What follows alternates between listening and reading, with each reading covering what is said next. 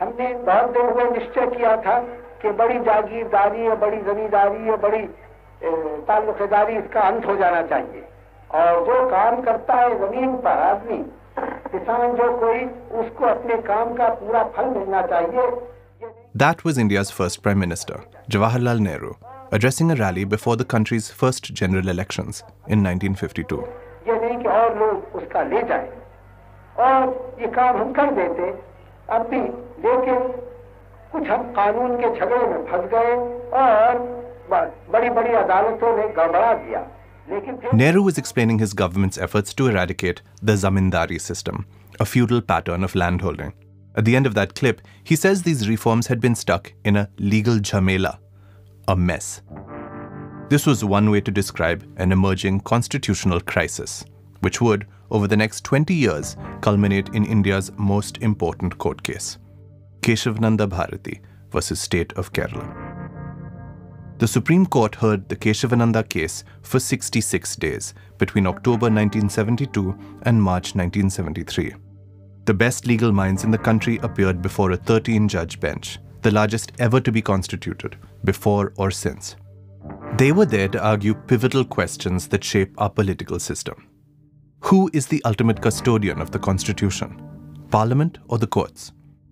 To what extent can Parliament change the nation's founding document or take away our fundamental rights? And what is the court's role in preserving those rights? You're listening to the first episode of Friend of the Court, Season 2, a podcast series from the Anil Diwan Foundation, where we explore historic legal cases that have shaped India. My name is Raghu Karnad. I'm a journalist and a writer, and your host for this podcast.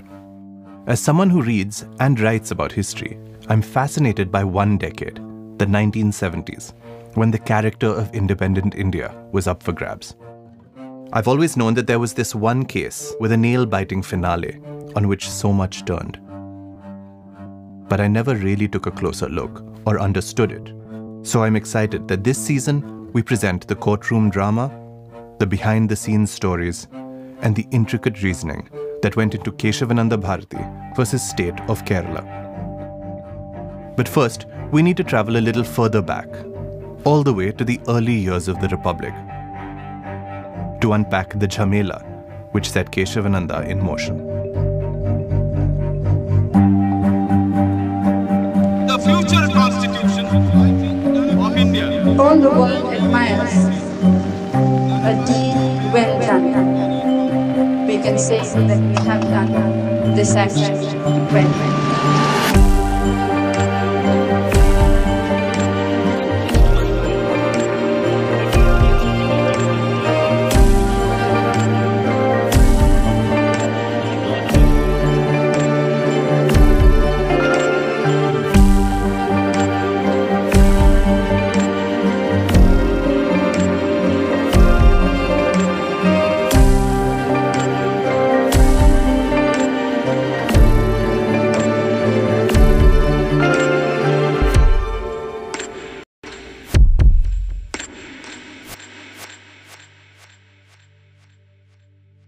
Long years ago, we made a tryst with destiny. India won its independence on 15th August 1947. The country was free to shape its destiny. Much of this shaping was done by the nearly 300 members of the Constituent Assembly of India. Freedom and power bring responsibility. That responsibility rests upon this assembly, a sovereign body representing the sovereign people of India. For 3 years, between 1946 and 1949, the Assembly met and deliberated the values and institutions that would define the new nation. It created a constitution, which established a democratic republic. On this day, the 26th of January, 1950, the people of our country, through their accredited representatives, have redeemed a solemn pledge. A pledge which brings into being a new nation. A new nation, but with an ancient heritage. A republic that once again takes its rightful place among the freedom-loving countries of the world. It was a revolutionary moment. It introduced a representative government, an independent judiciary, universal adult franchise, among many other things. It outlawed untouchability. For the first time in history, it gave all Indians equal status and freedoms. They mean that henceforth, each one of us will have the fundamental rights of equality before the law, abolition of untouchability, the rights to freedom of speech and expression, freedom of religion, protection of minorities, and many other safeguards. These safeguards, which are the very bulwarks of democracy, have been guaranteed to us in the written constitution. These fundamental rights were given a special status. They couldn't simply be taken away by the state. Our constitution has provided 4 safeguards. First, the judiciary, consisting of the Supreme Court and the various high courts. These will safeguard the fundamental rights of the citizen by just and proper interpretation of the law. But as the new nation was coming into being, its people were in extreme anguish. Partition had led to a humanitarian crisis. Caste and religious fissures permeated Indian society. Food shortages were acute, and the biggest problem of all was that the vast majority of Indians lived in crippling poverty. In India, nearly everyone is hungry. Success of the new regimes may ultimately depend on whether India's leaders can improve rapidly the general standard of living. Individual freedoms and rights would amount to nothing if people remained hungry and landless. As a result, the post-independence politics of Nehru and his colleagues was dominated by a quest for social equality and economic redistribution. At the heart of that agenda were land reforms.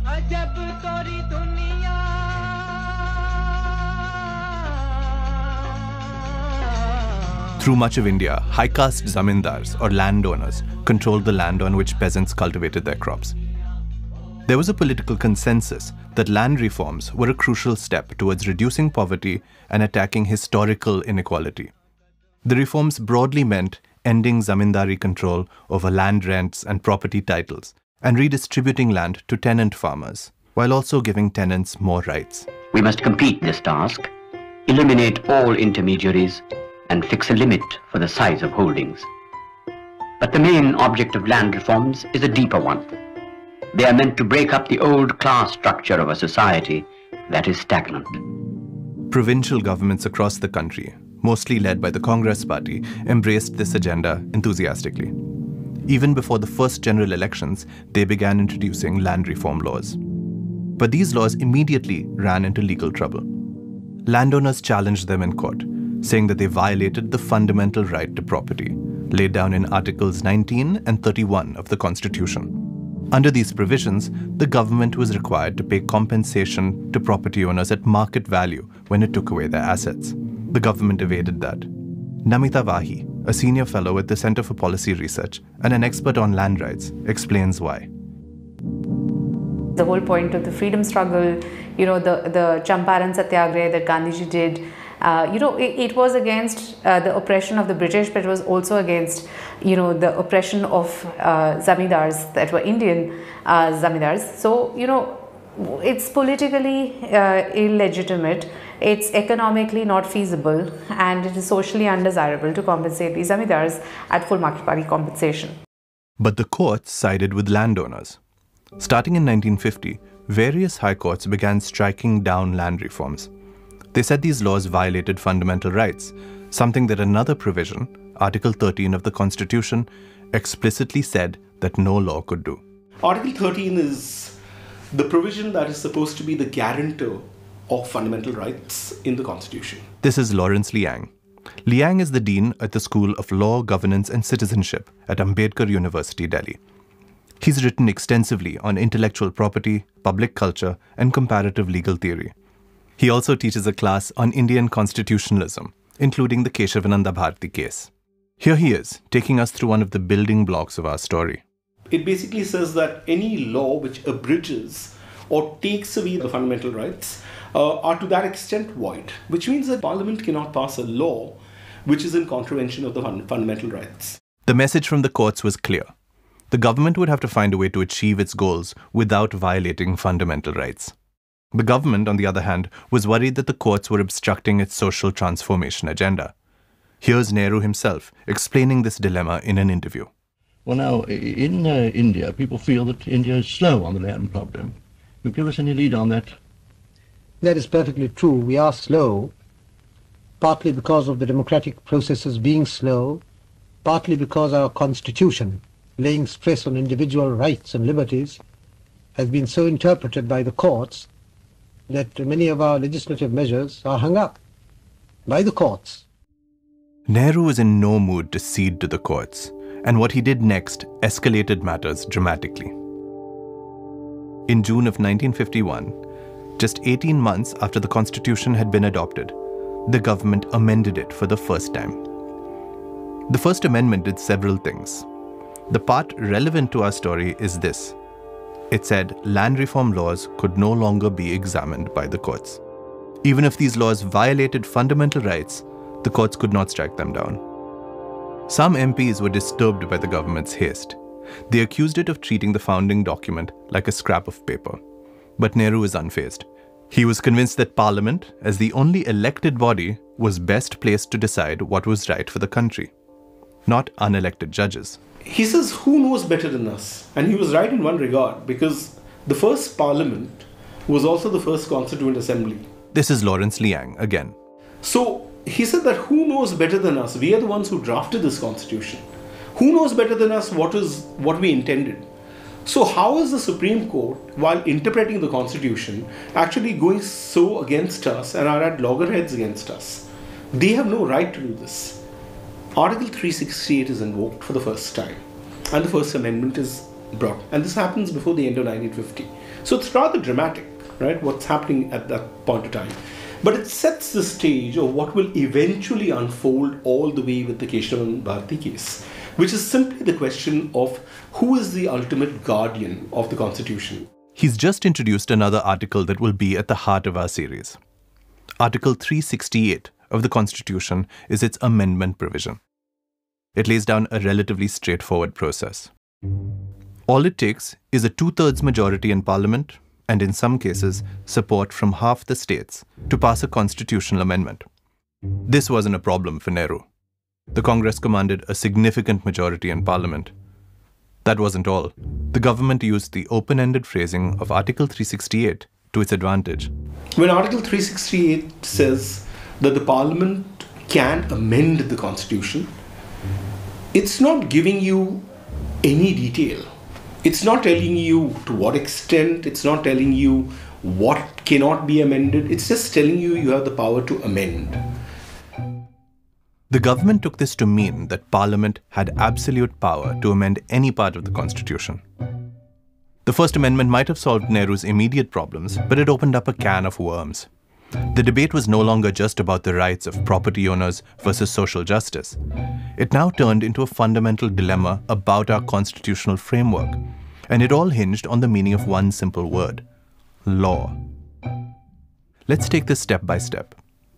On the one hand, Article 13 of the Constitution says no law can violate fundamental rights.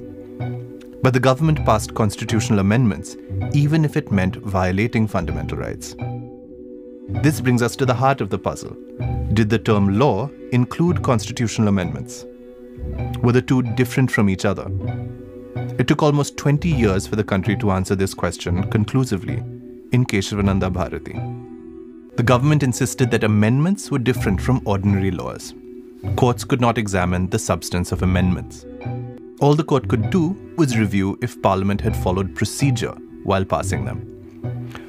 By this logic, the court could not question the First Amendment for violating fundamental rights, and the land reforms were safe. But landowners once again dragged the government to court. This time, the court had to answer the question: were amendments different from ordinary laws? If Article 368 is very clear that the Parliament has powers to amend the Constitution, are there any limitations that can be placed upon it? And the court says no, there are no limitations that can be placed upon it. The court unanimously agreed with the government's view. Constitutional amendments were not the same as laws. It said that Parliament had absolute power to amend the Constitution, even if it violated fundamental rights. The court could only examine if these amendments had been passed according to procedure. The government had won this round. However, the courts could still strike down ordinary laws. So in the following years, a pattern emerged. Every time the court struck down a land reform law, the government responded by passing constitutional amendments to shield these laws, and property owners kept approaching the courts. In 1964, the Supreme Court was once again asked to examine the question, are constitutional amendments different from ordinary laws? This time, in what became known as the Sajjan Singh case, the Supreme Court was divided. You also begin to see the doubts, in a way increasing when you start looking at the number of times the Parliament is actually amending the Constitution and the purposes for which it is amending the Constitution. And that's, I think, a very important part of the story. Because what you end up having in terms of the overall story is that every time the Parliament finds itself bound or fettered in any manner by a judgment, they overcome the judgment by introducing an amendment. 3 out of the 5 judges said Parliament had absolute amending power, but as Liang says, 2 others raised doubts. Justices Hidayatullah and Mudholkar wondered if the Constituent Assembly really intended to give Parliament the power to take away fundamental rights.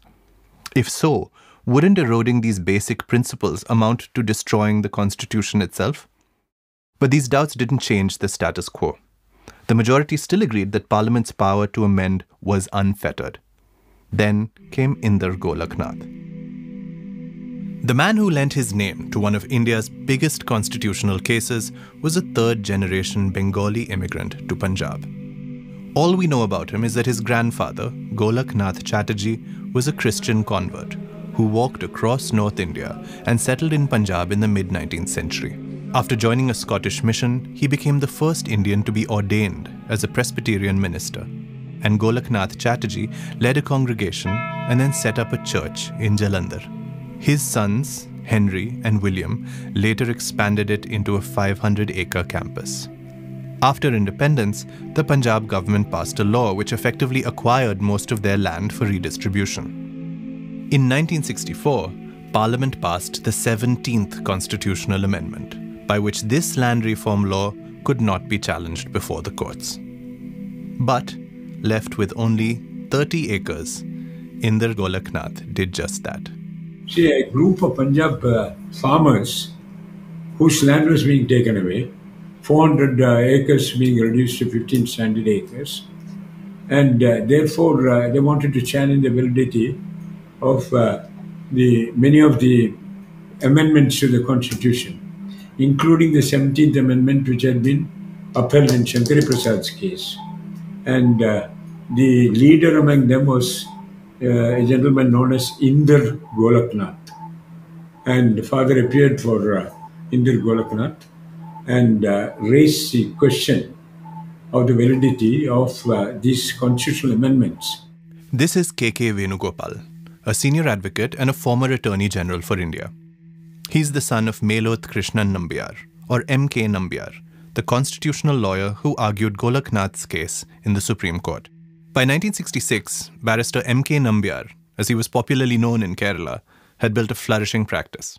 In 1950, he fought India's first major civil liberties case, and his powerful arguments in that case catapulted him into the ranks of the country's most sought-after constitutional lawyers.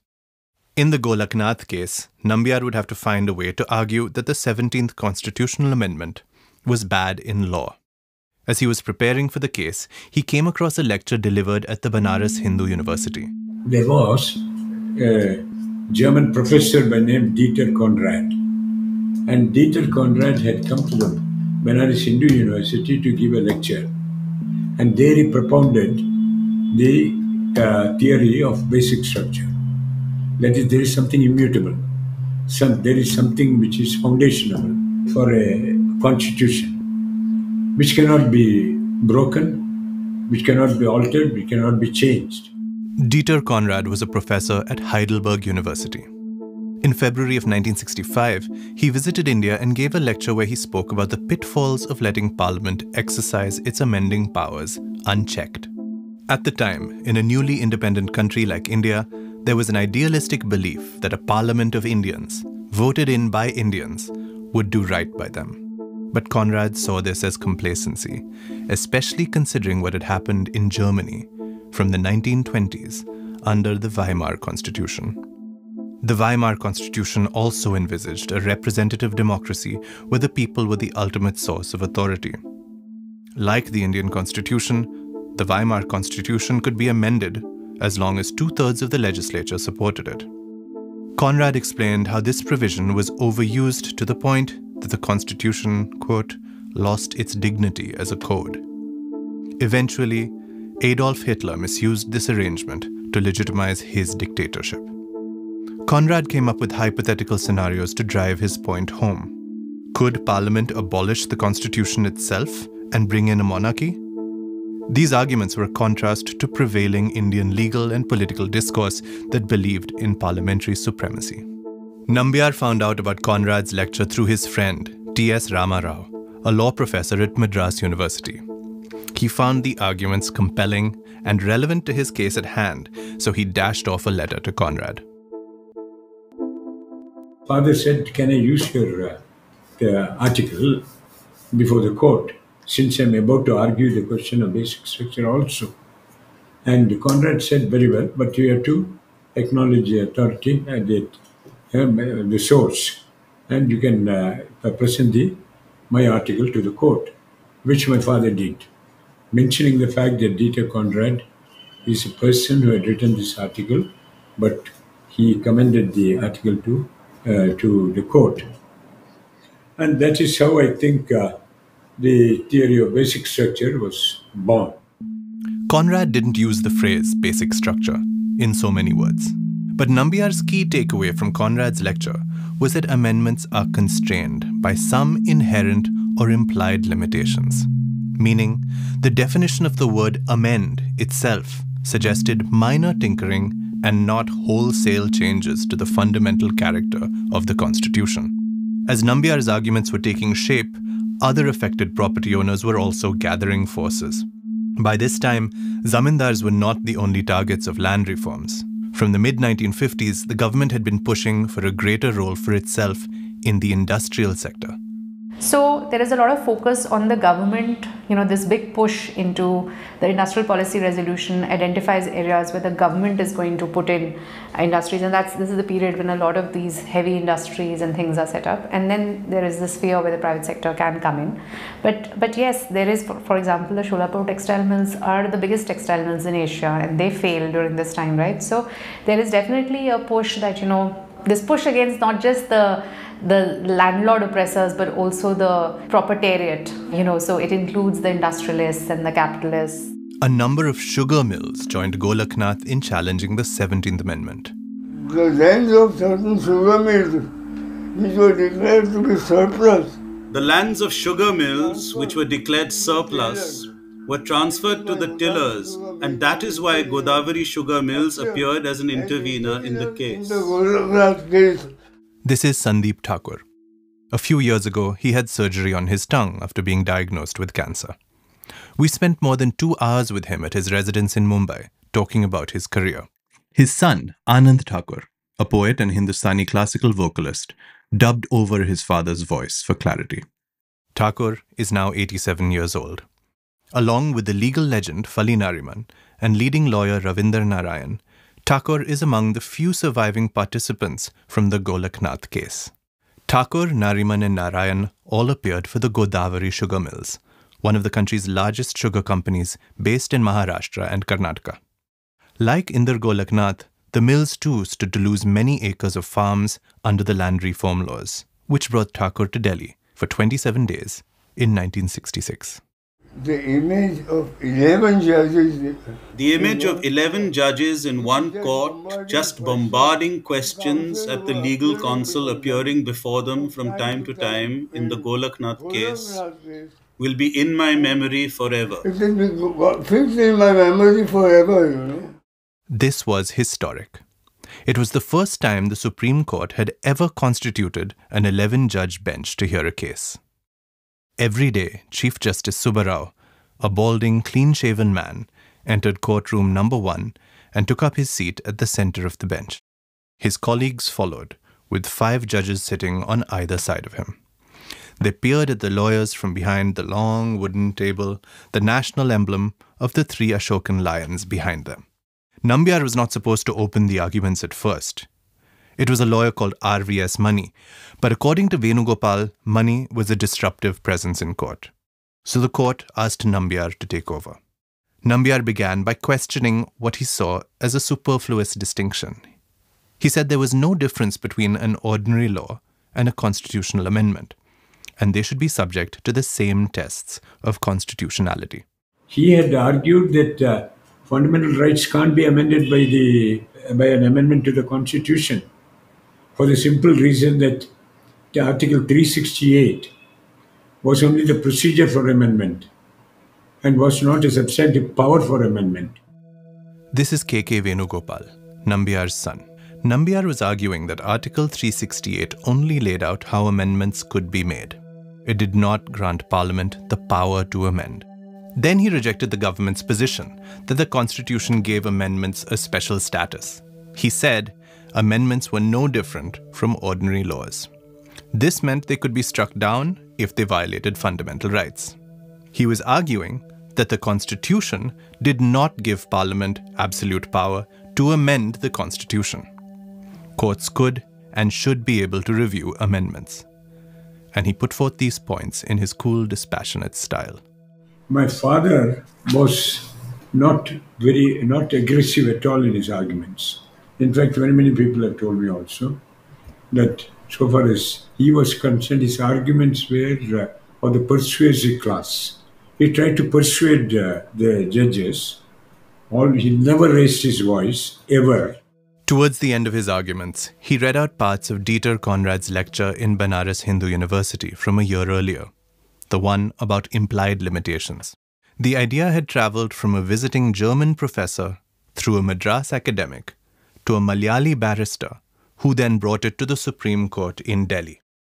Nambiar wasn't the only ace up the sleeve of the petitioners. There was another star on the team. Arvind Datar, a senior advocate and constitutional lawyer, tells us about him. Just to tell you that his success was phenomenal. I mean, he joined the bar in 46, he started practicing. Within 4 years, he was earning 60,000 rupees a year in those days. And he bought a fabulous flat on Marine Drive at the age of 30. Just imagine for a 30-year-old kid to buy a luxurious flat in Marine Drive with just 5-6 years of practice. That young genius was Nani Palkhiwala, a legendary lawyer who is now known as the man who defended our civil liberties.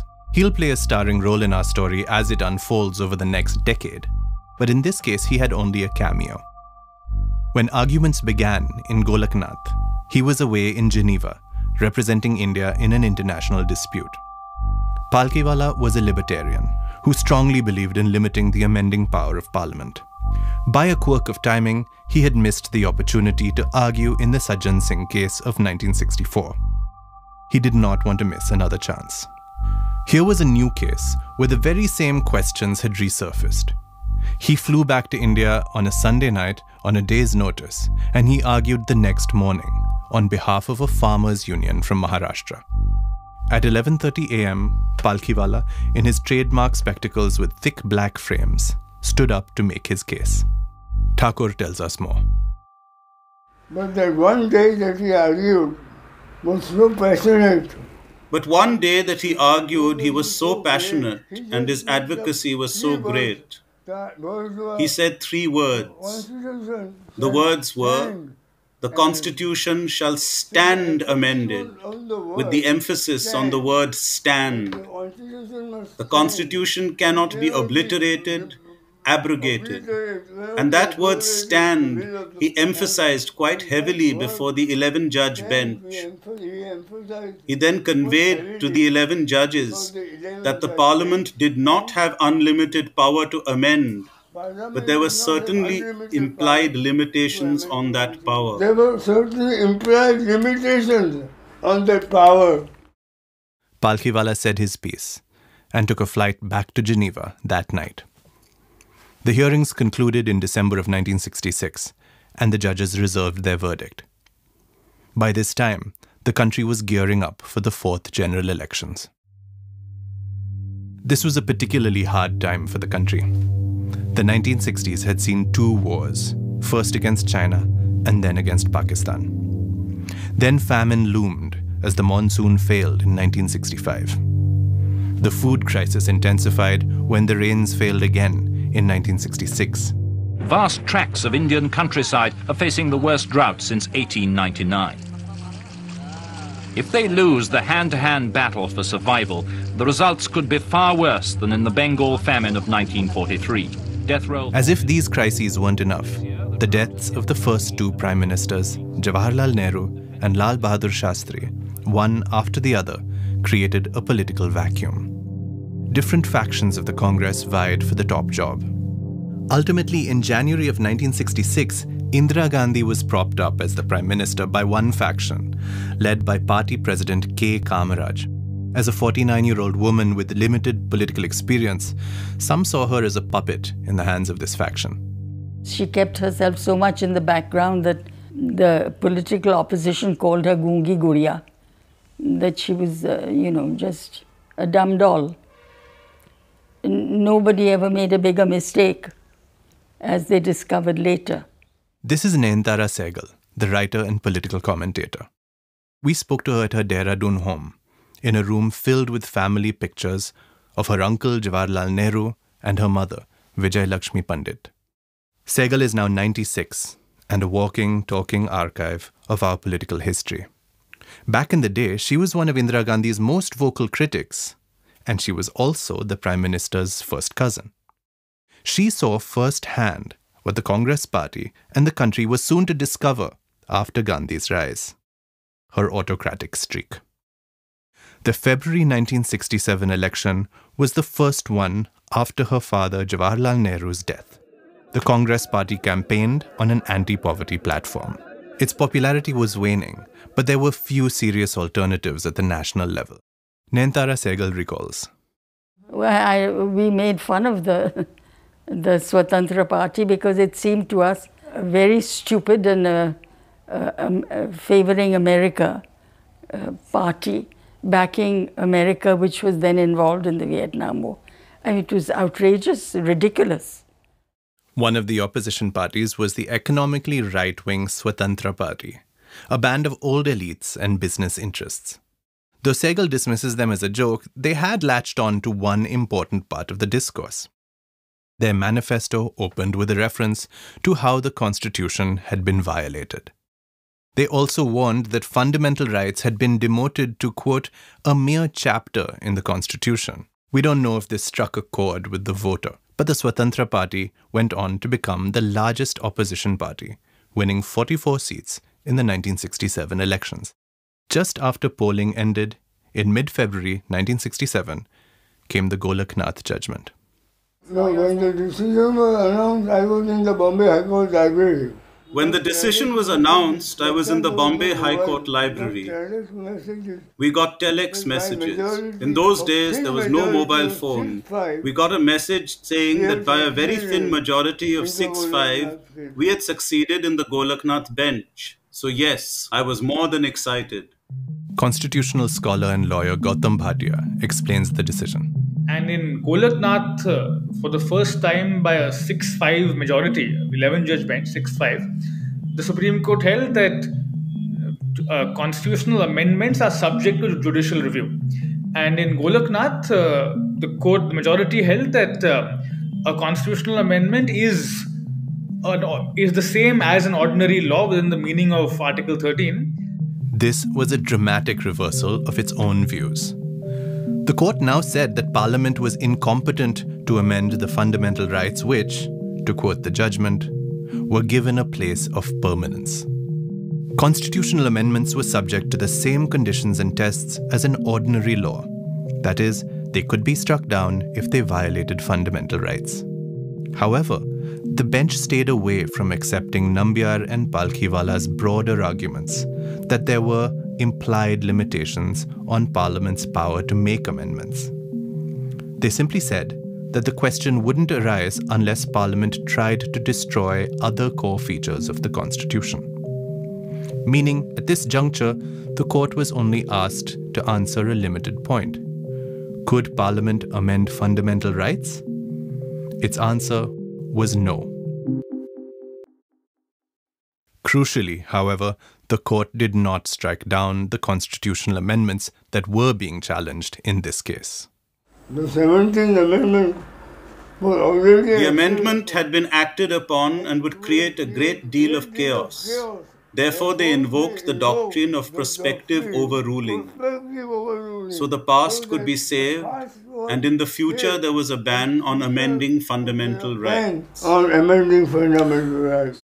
It meant the judgment would only apply to future cases where fundamental rights were violated by amendments. Inder Golak Nath, Godavari sugar mills, and the other parties would lose their property. This was no doubt a blow to the petitioners. But it was a bigger blow to Parliament, which was about to begin its fourth term. New Delhi and victory for the Congress party in the general election. Morarji Desai decided not to oppose Mrs. Gandhi as Prime Minister. Mrs. Gandhi realizes that only by resolute government can India solve the problem of an enormous population beset by widespread famine. Indira Gandhi took oath in a simple white sari, a streak of silver running through her jet black hair. Gandhi had won her seat of Rai Bareli in Uttar Pradesh with a comfortable majority. But the 1967 election was a blow to the Congress party's political hegemony. It was badly defeated in 8 states, including Uttar Pradesh, Bihar, Kerala, and West Bengal.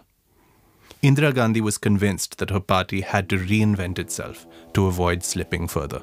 She had extreme contempt for the party. The party was not doing anything, according to her. It was just stuck in the mud, you know. And she intended to move it, you know, get it going. And she did. Her method was very different from her father. She always said so. She said, my father was a saint, I'm a politician. She proposed an ambitious reform agenda.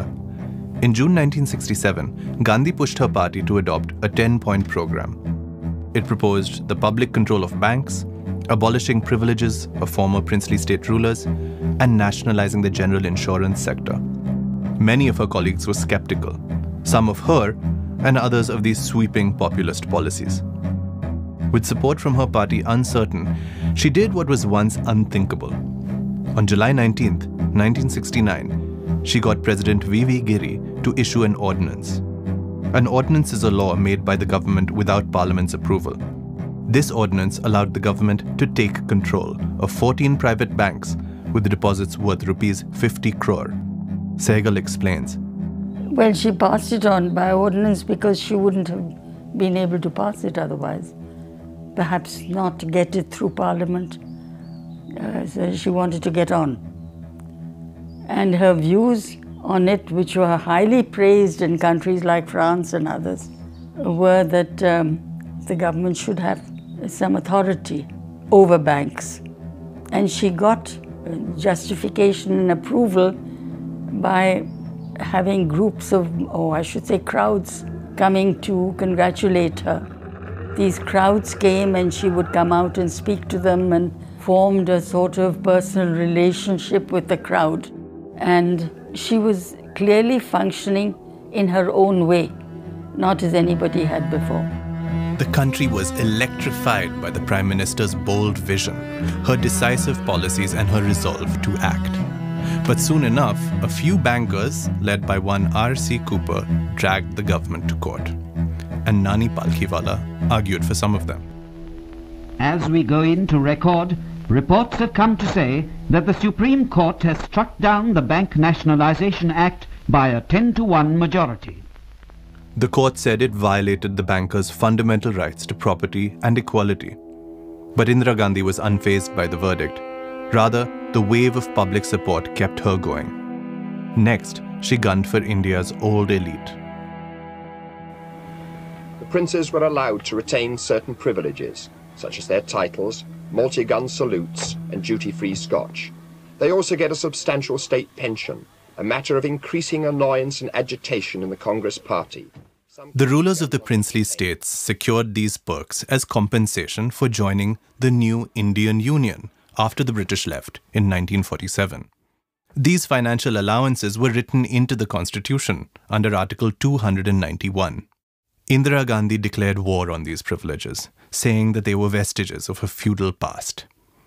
In 1970, a constitutional amendment revoking these privileges failed to pass in the Rajya Sabha. Miffed, the Prime Minister once again turned to the President. She advised him to issue an ordinance to withdraw the privileges. The princes hardly enjoyed much public sympathy, but Gandhi's move was seen as a breach of constitutional and political propriety. Sehgal again.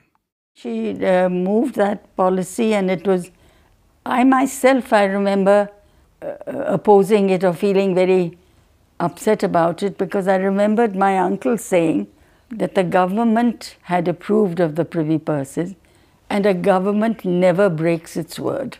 And it was Nehru's words that stuck in my mind. She was determined to do away with that. Appalled, the former rulers approached the court to challenge what they saw as a betrayal by the Indian state. In 1970, for a second time, M.K. Nambiar and Nani Palkhiwala came together to argue against the government. This time, again, the court said that the policy violated the former rulers' fundamental right to property. Namita Wahi explains. The court's reasoning in the Privy Purses case, it did hold the Privy Purses to be property. It narrated this entire history of how this, integration happened. But their main concern was that you can't, by an executive order, take away something which is there in the Constitution. In December of 1970, Indira Gandhi was seething. In the span of just 11 months, the court had struck down 2 major policies of her government. This came close on the heels of the court's ruling in Golak Nath, which placed severe limits on Parliament's power to amend the Constitution. By this point, Indira Gandhi had been expelled from the Congress over differences on the bank nationalisation policy, among other things. Since 1969, she had been running a minority government with support from the communist parties and regional parties from the south. This meant that she didn't have sufficient numbers in Parliament to pass amendments to overcome the negative court rulings. Having run out of options, she once again turned to the people. 11 days after the Privy Purses judgment, with more than a year left for her term to end, Indira Gandhi called for elections. इसके कारण बताते हुए श्रीमती इंदिरा गांधी ने कहा, जीवन में एक ऐसा समय आता है जबकि सरकार को देश पर घिरी समस्याओं के समाधान के लिए गैर मामूली कदम उठानी पड़ते हैं। प्रजातंत्र की संसदीय प्रणाली में यह असाधारण बात नहीं है, लेकिन हमारे देश में ऐसा पहले बार ही हुआ है। प्रजातंत्र में सत्ता जनता के हाथ में होती है। Gandhi hit the campaign trail all guns blazing. She embraced a hardcore socialist platform with one catchy message: Garibi Hatao, remove poverty. She openly talked about amending the constitution to achieve her goals and the country's goals of ending poverty once and for all. She also spoke of, quote, a committed judiciary, meaning a judiciary that subscribed to her ideas. The opposition parties formed a grand alliance to unseat Indira Gandhi, and they led with the slogan, Indira Hatao. And the platform was whether poverty would be removed or inequalities continued. Because all our planning aimed at the removal of poverty and the lessening of economic disparities. But we felt that the Congress had somewhat strayed from that path and we wanted to bring it back. But I don't think anybody understood about it. But basically the propaganda campaign of the opposition was merely to remove me. And this is how our young people thought up that slogan, that what is more important? Is it more important to remove Indira or to remove poverty? This is how the slogan came about. In March 1971, in a stunning landslide, the Congress party won 352 seats in the Lok Sabha. Well, I can only say that one feels exceedingly humble when we see the faith and trust of the people, because there's no doubt that this faith increases our responsibility if the responsibility is always there. But with this kind of a mandate, one feels all the more urged to do something quickly. Indira Gandhi had one main takeaway from the verdict. The country loved her decisive leadership. Shortly after the results were announced, a resolute Indira Gandhi hinted to the press that her government could amend the constitution to dilute the fundamental right to property. this was a bold new direction. Didn't the Golak Nath ruling stop Parliament from amending fundamental rights? So how was Indira Gandhi planning to achieve this? We'll find out in the next episode of Friend of the Court. Until then, I'm your host, Raghu Karnad. Friend of the Court is a project by the Anil Diwan Foundation. Thank you to the guests on this episode: Arvind Datar, Gautam Bhatia, K.K. Venugopal, Lawrence Liang, Namita Vahi, Nayantara Sehgal, and Sandip Thakore. The show was written and researched by Bhavya Dore and Ramya Boddupalli. Legal research and fact-checking was provided by Aishwarya Chaturvedi. The scripts were edited by Supriya Nair. The show was produced by Gaurav Vaz, audio production and music score by Sachi Rajadhyaksha, and mastered by Ayan De. Lawrence Liang, Ranveer Singh, Sham Diwan and Vivek Diwan were advisors on this series.